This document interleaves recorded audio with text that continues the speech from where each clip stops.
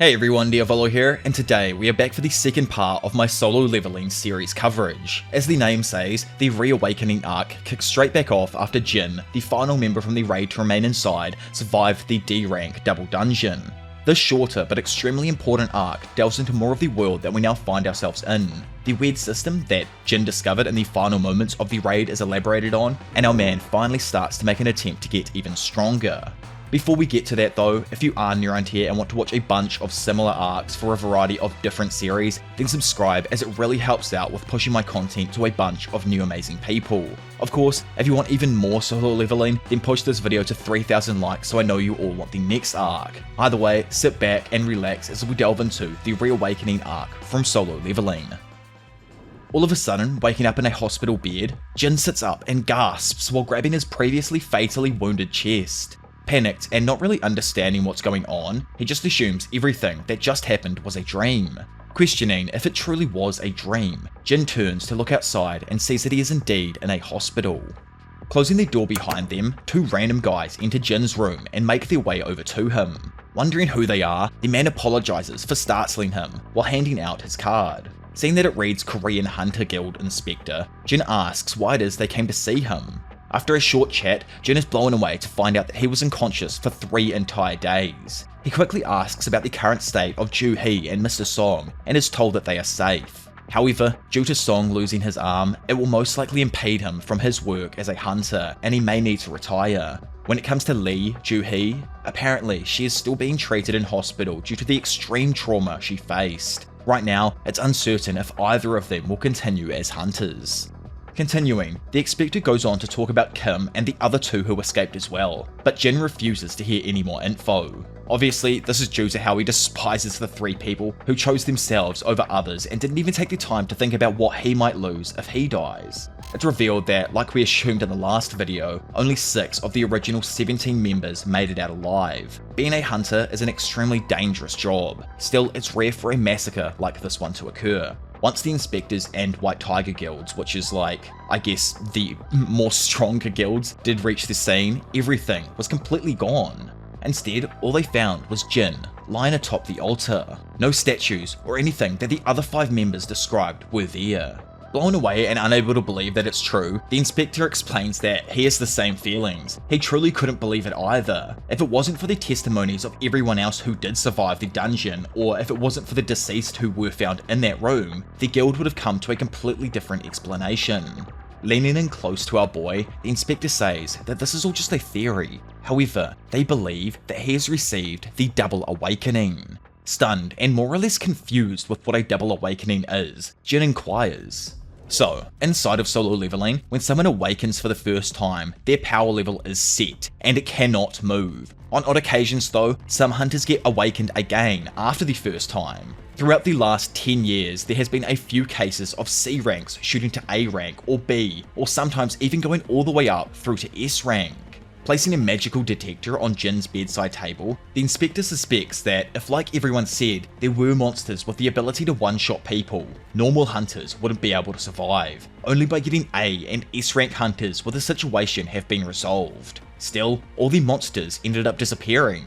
To him, it would just be stupid to not suspect the possibility of Jin Woo receiving a double awakening, as after all, he was the only one left inside. Sadly, as the crystal finishes calculating the strength of Jin, it reads back a power level of only 10. Depressed, the Inspector thinks that trash is trash through and through, like even the lowest E rank is still a 70. Wondering what the result was himself, Jin is told it looks as if they suspected him for absolutely no reason. Watching the 2 guys leave now, Jin, a little bummed that he didn't surge up in strength, asks himself if the Inspectors were aware of this thing. Looking up at the random screen, he assumes they mustn't be able to see it. What's weirder is that his torn off foot has returned and the huge gash in his chest is all back to normal. It's hard to tell what was a dream and what was reality. He guesses that maybe he should have told the Inspectors he can see this random screen, yet before he can dwell on his thoughts any longer, his banging sister enters the room and asks if his head wasn't hit as well, cause what the hell is he actually doing pointing at the sky and standing on his bed like a nutter? In the room now, she asks him why it is that everyone else returned fine, but somehow he was the only one who got injured. Looking at his sister raging out at him, Jin can't believe he almost left her. Speaking up, He asks if she's able to see the screen in front of him. Not knowing what he's on about, Jin explains it like when there's an unread mailbox in a phone game. Curious if he really did smack his head or not, she tells him that, well, first you'd have to open the mailbox. Asking the mailbox to open, the screen in front of Jin changes to now show the unread message. Welcome player, daily quest, preparing to become strong, has arrived. Leaving for now, Jin's sister tells him that she's gonna pop off before gapping it out with her mate. Suddenly, the screen starts explaining to Jin that the system will help the player's growth. Yet if he fails to obey the system's orders, there may be a penalty. For the meantime, his rewards have arrived. Not understanding a damn thing yet, Jin falls back and remembers the final moments from the double dungeon where the screen first appeared. Getting another notification, Jin sees his daily request and decides to open the message.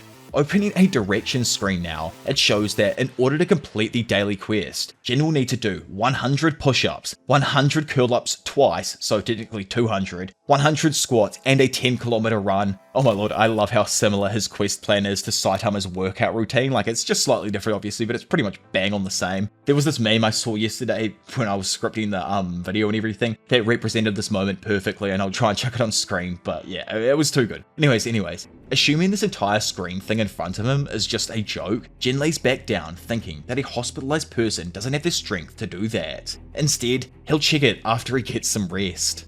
With Jin asleep, time slowly begins ticking away until all of a sudden an alarm rings, signaling to him that he has not completed the daily quest. Due to this, it is now forcefully sending him towards the penalty zone for an unspecified time limit. Slowly waking up to the sound of the alarm, Jin's room suddenly begins shaking, and the soft blue bed that he was laying on turns to stone before then turning into sand. Sitting there, looking out over the desert plains, Jin, panicked, wonders where the hell he is. Behind him, a mound of sand appears, but he doesn't even hear it somehow. I actually don't understand how the dude does not hear this burst of sand behind him. Either way, he assumes that this is all just a dream right now.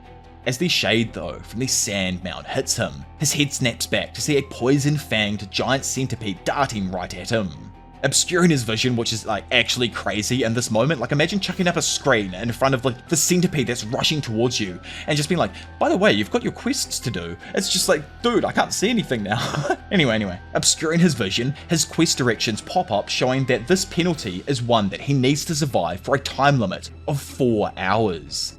Sweating and having pushed himself to the limit for the past almost 4 hours now, Jin sprints in a hope that the ravenous centipede behind him doesn't catch up. Bringing him a level of peace, the alarm rings, signaling that he has only 7 more seconds to go. As soon as the clock hits 4:37 AM, another signal appears, congratulating him on completing the penalty quest. Jumping forth, Jin travels through dimensions to fall back onto the floor of his hospital room, absolutely knackered. Looking up, the screen changes once again, asking if he would like to accept his reward for completing the penalty quest.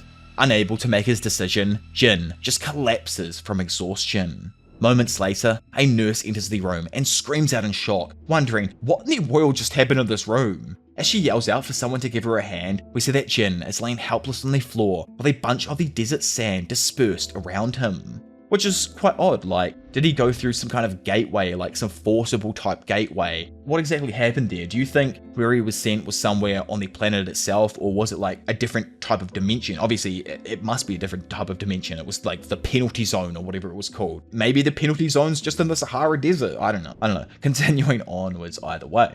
A few days later, 2 nurses are seen gossiping about Jin Woo.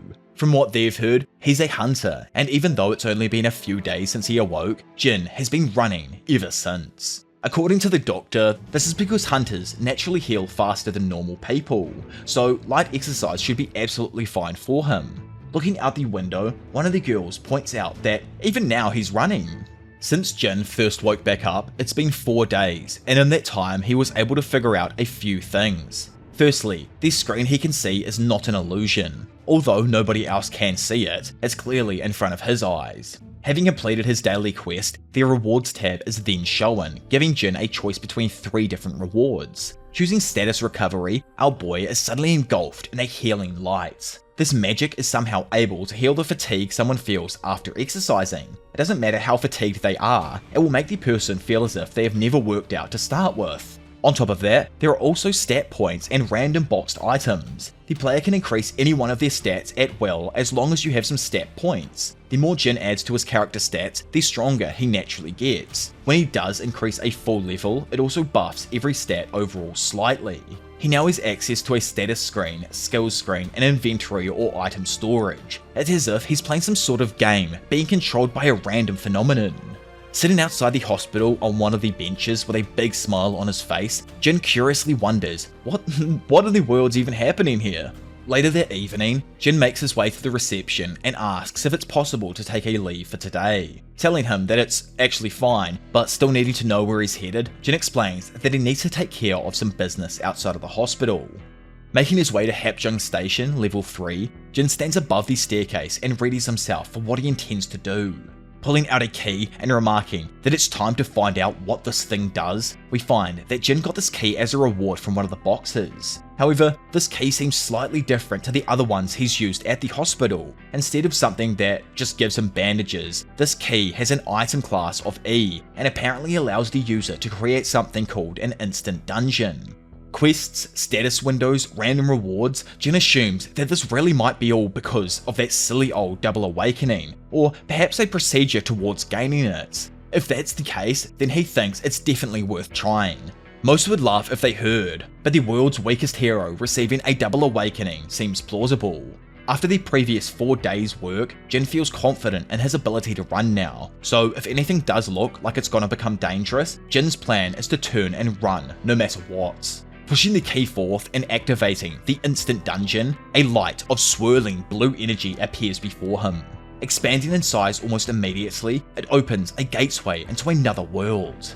Unlike last time, Jin walks straight forward with no hesitation and makes his entrance into the instant dungeon.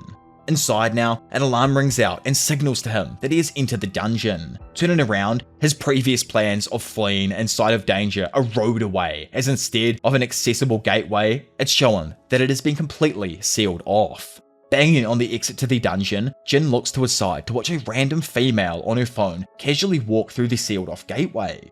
Confused because this is completely different from the normal dungeons, Jin thinks that surely it should be similar to the Red Gates. For those confused, because we don't actually get into what a red gate is for like 30 more chapters or so, I'm not even there myself yet, a red gate differs from a normal gate in that it seals off its entrance once someone walked through it, trapping the humans already inside the gate and preventing anyone else from the outside from entering the gates. This red gate will also refuse to open until one of 3 things happen. The boss is defeated, the entire raid party is killed, or a dungeon break occurs. Anyways, that is just enough for now on what a red gate is. I don't want to go into all of it and spoil stuff that I don't need to just yet. Anyway, trying to think of a different plan of action, Jin's mind is interrupted as the alarm sounds once more, telling him that he cannot leave until the boss is killed or he uses the return crystal. So I guess there is kind of like a cheat escape way out of here for him, but I don't know if he even has a return crystal or it's going to be something that he finds throughout this instant dungeon here.